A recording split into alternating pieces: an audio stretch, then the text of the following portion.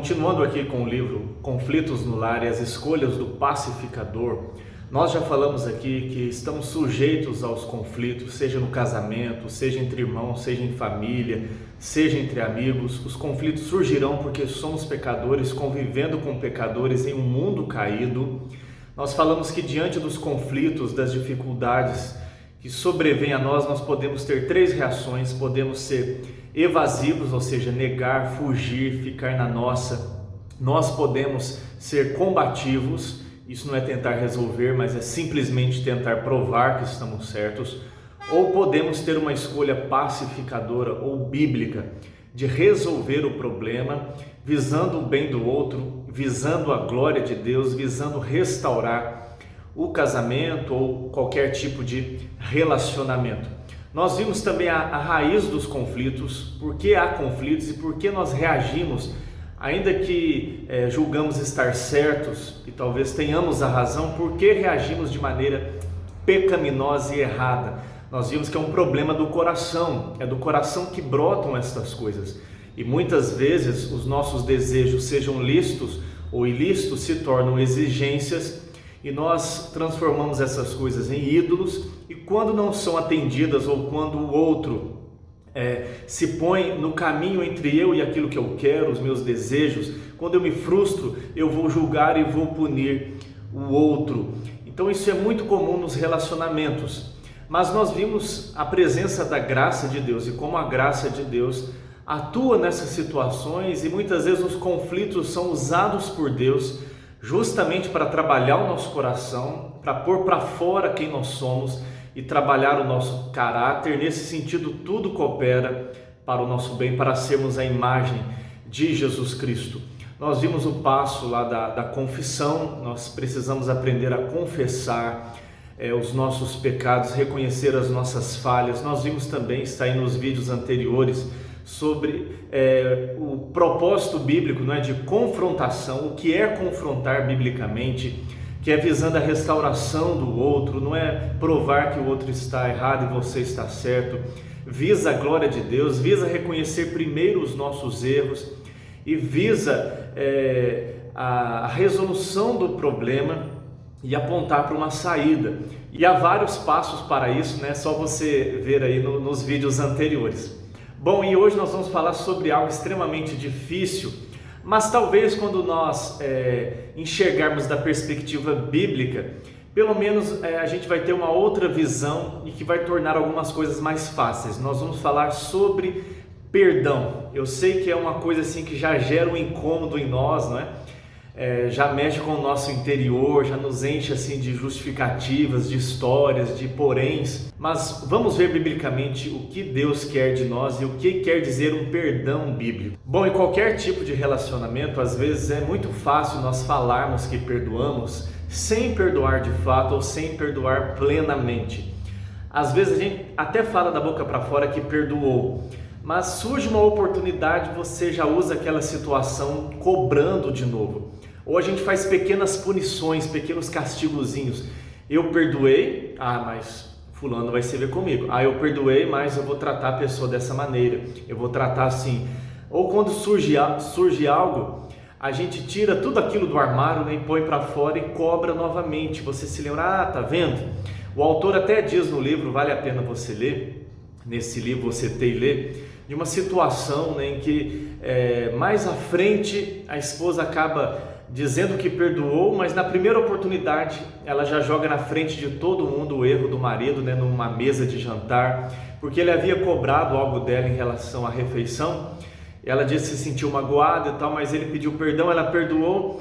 Mas quando a família está reunida para jantar, ela começa a dar indiretas e a jogar tudo aquilo ali na mesa, na frente de todo mundo, com uma maneira de puni-lo, de envergonhá-lo, né, de castigá-lo. Mas ela perdoou de fato ou não? O que é o perdão bíblico? É um sentimento? É esquecer? É lembrar sem sentir dor? Depende da minha emoção? Depende de como eu me sinto? O que é o perdão bíblico? Bom, primeiramente, biblicamente falando, perdoar não é sentimento. Perdoar acompanha sentimento, mas não depende do nosso sentimento. Perdão é uma atitude, perdão é uma obediência à palavra de Deus. Perdão é ter a mesma atitude que Deus teve para conosco. Perdão é uma disposição, uma resolução que não depende dos meus sentimentos, da maneira como eu me sinto. É claro que nós oramos para que os sentimentos acompanhem esta atitude de perdão. Mas se eu basear o perdão na maneira como eu me sinto, dificilmente eu vou perdoar, ou dificilmente eu vou sustentar o meu perdão, porque pode ser que amanhã eu amanheça triste, que amanhã eu amanheça de uma outra maneira, e às vezes eu haja como quem não perdoou. Então, perdão não é sentimento. Em segundo lugar, perdão não é esquecer. Às vezes as pessoas dizem assim, perdoar é esquecer, ou perdoar é lembrar sem sentir dor. Perdoar não é esquecer, isso é amnésia, é impossível que você esqueça, a não ser que dê algum problema aí na sua mente, você bata a cabeça. Mas nós vamos nos lembrar sim, mas há uma maneira adequada de lembrar. Eu posso sentir dor? Posso, não é lembrar sem sentir dor, isso é você tomar uma anestesia. Às vezes vai doer sim, mas é como eu vou lidar com essa dor diante de Deus, diante da cruz de Cristo, como eu vou buscar consolo em Deus. Porque perdoar é quando eu me lembro, mas me lembro de maneira diferente, com uma disposição diferente em relação àquele assunto, ou seja, de não cobrar novamente, de não punir a pessoa, de não tratar a pessoa de acordo com aquele problema, é não permitir que aquela situação se coloque mais entre você e a pessoa. Perdoar é quando eu não faço fofoca da pessoa, quando eu não falo do erro dela para outros. Então, perdoar não é necessariamente esquecer. Às vezes você pode até esquecer um dia, né, se foi uma coisa banal. Por exemplo, quando a Bíblia diz que Deus se esquece dos nossos pecados, lança no mar do esquecimento, não é que Deus nunca mais vai saber o que você fez. Deus é onisciente, passado, presente e futuro estão diante dele, porque ele é eterno. Mas significa que Deus não vai levar em conta aquele pecado. Ele não vai mais nos tratar segundo aquele pecado. Porque Jesus já pagou a fatura, Jesus já pagou a dívida. Deus não vai cobrar a dívida novamente de nós, senão seria injusto. Então Deus não nos trata mais segundo os nossos pecados, mas não é que Deus deu amnésia e apagou tudo que você fez. É que Deus não nos trata mais segundo as nossas transgressões. Isso é maravilhoso e é este perdão que nós devemos refletir para com o próximo. Então, ainda que doa, mas eu vou buscar conforto, consolo em Deus. E perdão também não é desculpa. Desculpa, às vezes, pode ser por um erro que não seja necessariamente um pecado. Há muitos erros que não são pecaminosos, né? Por exemplo, se você estiver mirando em algo, né, um tiro ao alvo, alguma coisa assim, você erra, isso não é necessariamente pecado. Tem coisas que fazem parte da nossa limitação como seres humanos. Nós temos limitações físicas, emocionais, biológicas, né, mentais. Nós não somos deuses. Então nós temos limitações, vivemos em um mundo caído. O pecado ainda estragou muitas coisas, mas assim, a nossa própria constituição humana nos trazem erros que não são necessariamente pecado. Às vezes são coisas da nossa própria constituição física. Então às vezes você erra, por exemplo, esbarra em alguém por engano, você não teve a intenção de esbarrar, isso foi um erro, isso é uma desculpa. Mas o perdão ocorre diante de um pecado, de um erro grave, que foi primeiramente contra Deus, contra o próximo, trouxe consequências para um indivíduo ou até para uma comunidade. Então perdão diz respeito a um pecado, a uma falta confessada, admitida, que foi exortada, que foi confrontada e exige de nós um perdão bíblico mediante arrependimento e confissão do outro. Bom, mas então o que o perdão é? O autor coloca basicamente aqui de maneira resumida o seguinte: a disposição de perdoar significa eu não pensarei mais sobre a ofensa, não significa esquecer. Mas significa que você não vai ficar ali matutando, pensando, processando aquilo, buscando os porquês ainda, tentar ali achar o culpado ainda, remoendo aquilo, criando raiz de amargura. Ou seja, você vai descansar na soberania de Deus, você vai descansar no juízo de Deus, você vai descansar na graça de Deus. Segundo, eu não mencionarei mais essa ofensa a alguém. Porque se você perdoou, não tem sentido você ficar espalhando aquilo que a pessoa fez para outros, para terceiros, para pessoas que nem estejam envolvidas. Porque se o conflito foi resolvido, a única razão para você espalhar o que a pessoa fez é denegrir a sua imagem, é um meio de puni-la. Eu não estou falando acerca de você alertar algumas pessoas que talvez estejam próximas, no sentido de um cuidado, mas a linha é muito fina entre a gente alertar, tome cuidado com fulano, da gente fazer fofoca para denegrir a imagem do outro. Terceiro, é não usar mais a ofensa contra a pessoa, porque a gente pode usar aquilo e guardar como uma arma reserva, né? Quando nós errarmos com a pessoa, quando a pessoa errar novamente conosco, a gente já está ali com aquela munição pronta, né, para colocar. E quarto, eu não permitirei que a ofensa fique mais entre mim e você. É claro que as coisas vão mudando a nossa maneira de nos relacionarmos com as pessoas, somos seres humanos caídos, a confiança é quebrada, é difícil de ser restaurada, e às vezes as pessoas são pecadores contumazes e a gente tem que ficar esperto, né? Sermos simples como a pomba e prudentes como a serpente. Não está falando disso. Às vezes nós precisamos ter cautela com quem erra, né? Ver se a pessoa de fato se arrependeu, dar um tempo a ela. Mas isso não significa que a gente vai tratar a pessoa de maneira hostil, de maneira diferente, mas a gente precisa deixar que aquele pecado não fique mais entre você e aquela pessoa, se o problema foi de fato resolvido e se houve confissão e perdão. Por quê? Porque você não pode continuar cobrando uma fatura que você já perdoou. Deus não faz isso conosco. Imagina se Deus nos tratasse diferentes porque nós pecamos. E olha que nós pecamos todos os dias contra Deus. Imagina se Deus ficasse mudando o tempo todo a maneira como Ele nos trata, porque nós pecamos, deixamos de pecar, porque pedimos perdão ou deixamos de pedir. Graças a Deus, não é porque Ele nos trata em Jesus Cristo. Bom, mas para que a solução de um conflito seja de fato solucionada, né, da melhor maneira possível, primeiro, esteja bem certo acerca do arrependimento. Porque até em relação a Deus, o perdão exige arrependimento. É claro que no coração você não vai alimentar ódio, falta de perdão. No seu coração você pode estar certo de que você não guarda mágoas contra a pessoa, você já entregou diante de Deus. Mas você não pode chegar e declarar perdão a quem nem te pediu perdão. Isso seria ilógico, a pessoa iria até zombar da sua cara, né? Até no nosso relacionamento com Deus, embora os nossos pecados estejam todos pagos por Cristo, daqueles que são filhos de Deus, o que Deus exige, você vê pelo menos em 1 João, é que nós devemos confessar os nossos pecados. Porque a confissão envolve admitir o erro, reconhecer o erro, um pesar verdadeiro pelo erro, uma consciência de pecado, uma consciência do mal que eu fiz a alguém, do pecado que eu cometi contra Deus, e demonstra uma disposição de mudança. Então, o perdão não pode se tornar algo banal, principalmente em nossos relacionamentos. E às vezes você vai conseguir isso pedindo que a pessoa seja mais específica, colocando as coisas de maneira clara, e às vezes até chamando a ajuda de alguém se for necessário, como já falamos aqueles passos ali de Mateus 18, né? Para que o arrependimento seja o mais sincero e verdadeiro possível, para que as coisas sejam claras. Outro, renuncie a atitudes e expectativas pecaminosas.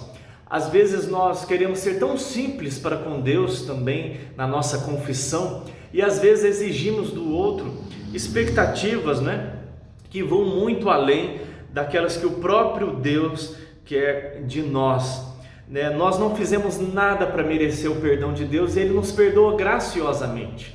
E esta mesma graça, quando eu entendo o quanto eu fui perdoado, é que eu vou deixar de ter tantas exigências assim.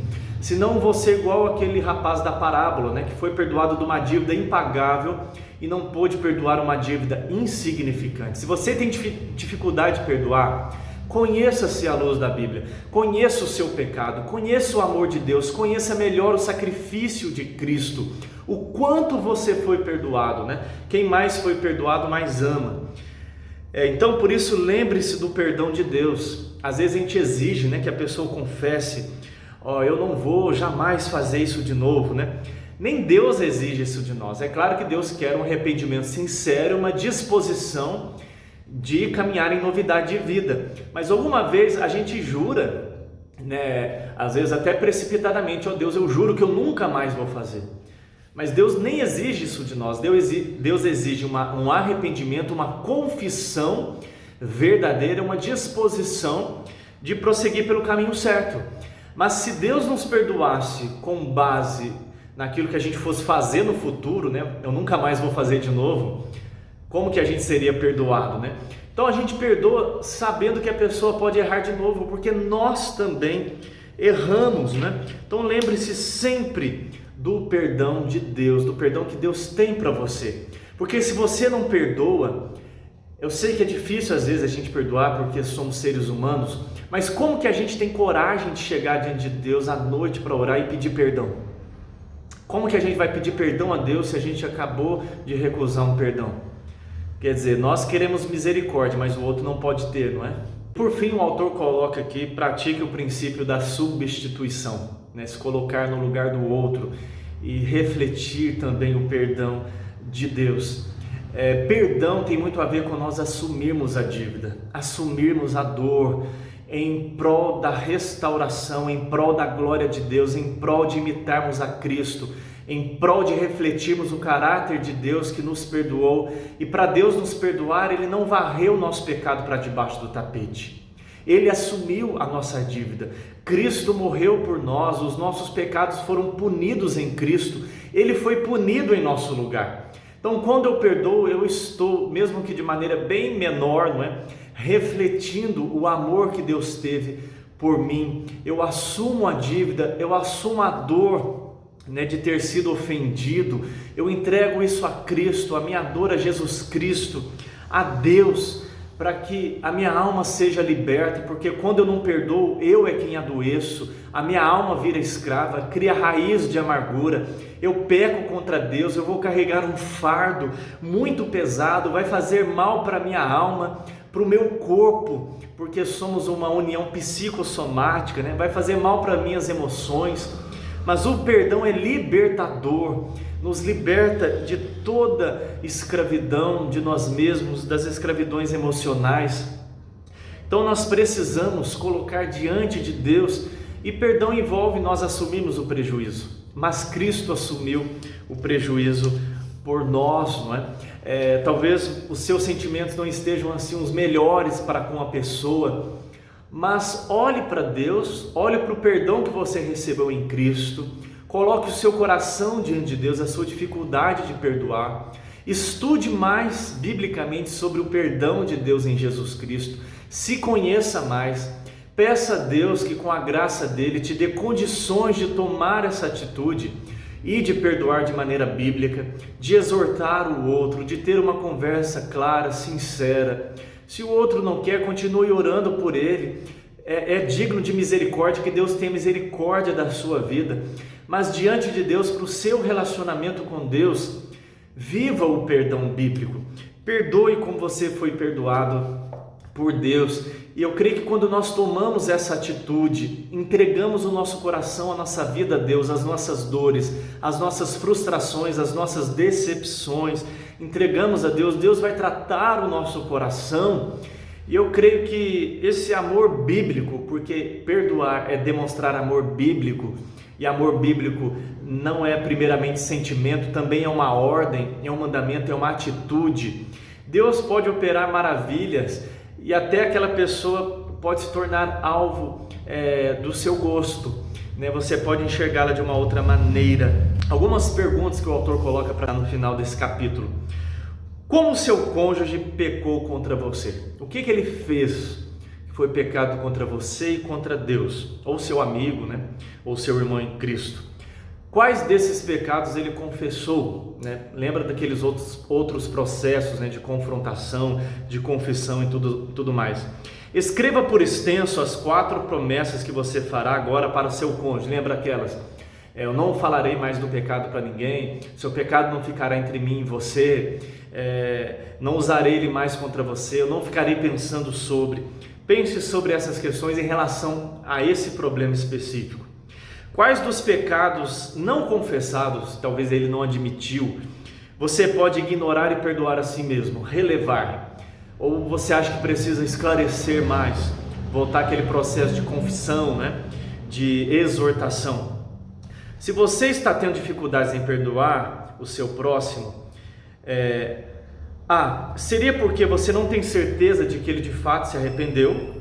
Se a resposta foi sim, como você poderia encorajar ele a confirmar o arrependimento? Segundo, você acha que ele ou ela, tem que fazer algo para merecer o seu perdão? Você está tentando puni-lo através dessa atitude de não perdoar?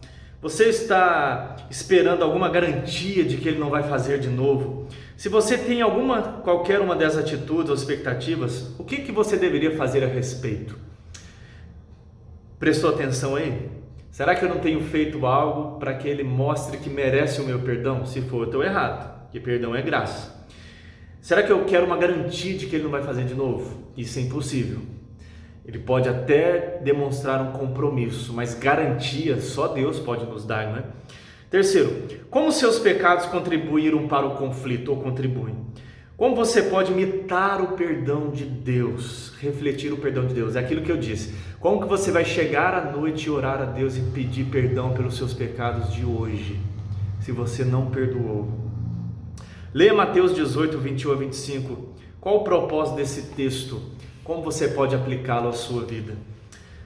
Sexta pergunta, como você pode demonstrar perdão e reconciliação? Nos seus pensamentos, nas suas palavras, nas suas ações. Sétimo, registre oficialmente sua posição perante o Senhor, através de uma oração, por exemplo, ou escrevendo uma oração baseada nos princípios deste capítulo. Que Deus te abençoe, espero que tenha sido útil esta pequena mensagem aqui sobre perdão bíblico à luz deste livro aqui e à luz da palavra de Deus. Que Deus nos ajude a perdoar como nós fomos perdoados de uma dívida impagável em Cristo Jesus. Um abraço e que Deus te abençoe.